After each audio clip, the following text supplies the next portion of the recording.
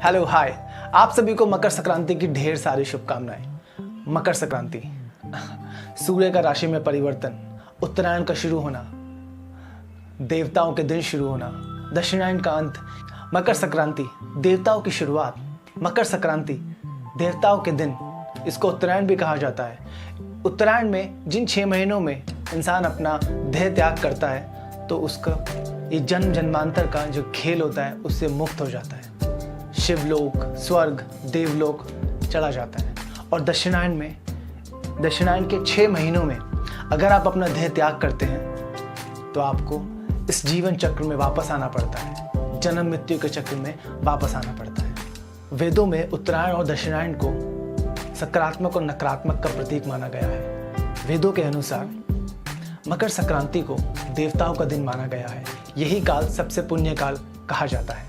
इसका सीधा उदाहरण है, हमने महाभारत में देखा है कि भीष्म पितामह जी अपनी शरशैया पर लेटे हुए थे। वो प्रतीक्षा कर रहे थे कि मकर संक्रांति आए, उत्तरायण लगे, देवताओं का दिन शुरू हो और वो अपना प्राण त्यागे।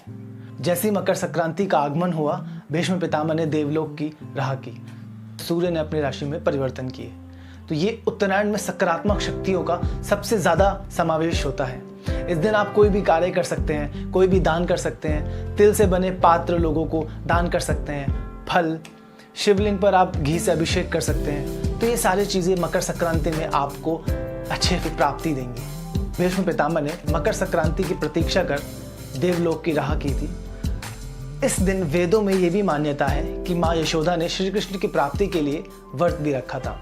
अगर आप लोग बंगाल से हैं तो आप शायद बहुत अच्छे से जानते होंगे कि गंगा सागर, जो कि एक तीर्थ है, मकर संक्रांति के दिन यहाँ पे स्नान करने से जीवन के सारे पाप पुण्य में बदल जाते हैं। शायद आप ये भी जानते होंगे कि गंगा सागर कपिल मुनि के आश्रम की भूमि है, जो अभी बंगाल में है। ये बहुत बड़ा तीर्थ स्थल है, यहाँ पर लोग स्नान करने आते हैं मकर संक्रांति के दिन। गंगा सागर इसका नाम इसलिए भी पड़ा क्योंकि सगर नाम के एक चक्रवर्ती राजा हुआ करते थे, सूर्यवंशी राजा। एक बार वो विष्णु जी को प्रसन्न करने के लिए अश्वमेघ यज्ञ करने वाले थे। तो चक्रधारी सगर राजा अश्वमेघ यज्ञ करने वाले थे ताकि वो विष्णु जी को प्रसन्न कर सकें। लेकिन ये बात इंद्रदेव ने सुनी, लेकिन ये बात इंद्रदेव को पता लगी तो इंद्रदेव ने अश्वमेघ का घोड़ा कपिल मुनि के आश्रम में जाकर बांध दिया। लोगों ने ढूंढा, देखा कि घोड़ा कहाँ गया अश्वमेघ का।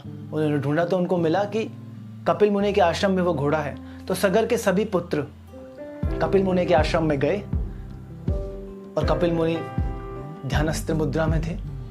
उन्होंने उस पर आरोप लगाए, पत्थर मारे, तो कपिल मुनि ने अपने क्रोध के कारण उनको भस्म कर दिया। बाद सगर ने घोर तपस्या की, लेकिन उन्होंने देह त्याग दिया। उसके बाद उन्हीं के पुत्र अंशुमान ने तपस्या की, उन्होंने भी अपना देह त्याग कर दिया। आयुष्मान के पुत्र दिलीप ने, चक्रवर्ती सम्राट, उन्होंने भी तपस्या की, लेकिन उन्होंने भी अपना देह त्याग कर दिया। उसके बाद उनके पुत्र हुए थे भागीरथ। तो फिर भागीरथ ने तपस्या करके माँ गंगा को पृथ्वी पर लाए।